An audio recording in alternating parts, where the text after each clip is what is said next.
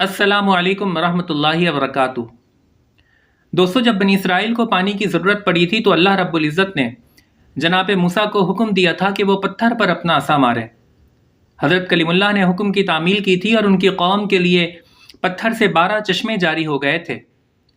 یقیناً یہ حضرت موسیٰ علیہ السلام کا ایک بہت بڑا معجزہ تھا، لیکن قربان جائیے ساقی کوثر، شافی محشر، احمد مجتبیٰ محمد مصطفیٰ صلی اللہ تعالی علیہ وآلہ وسلم پر کہ جب آپ کے اصحاب کو پانی کی ضرورت پڑی تو رب دو عالم نے اپنے محبوب کی انگلیوں سے چشمہ جاری کر دیا۔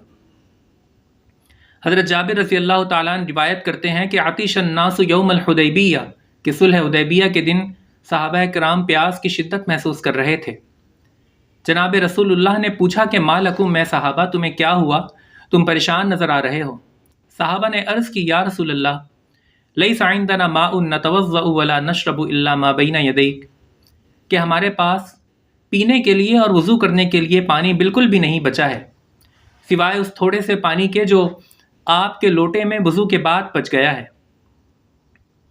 حضرت جابر فرماتے ہیں کہ یہ سن کر آقا علیہ الصلوۃ والسلام نے اپنا مبارک ہاتھ اپنے لوٹے میں ڈال دیا اور پھر فجعل الماء يسور بین اصابعہ کامثال العیون، فرماتے ہیں کہ جیسے ہی آقا علیہ الصلوۃ والسلام نے اپنا مبارک ہاتھ اس لوٹے پہ ڈالا، اسی وقت آپ کی مبارک انگلیوں سے پانی چشمے کی طرح ابلنے لگا۔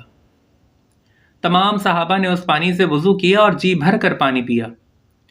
دوستو، کسی نے حضرت جابر رضی اللہ تعالیٰ عنہ سے پوچھا کہ حضرت جب یہ واقعہ پیش آیا تھا تو اس وقت لشکر میں کتنے لوگ موجود تھے؟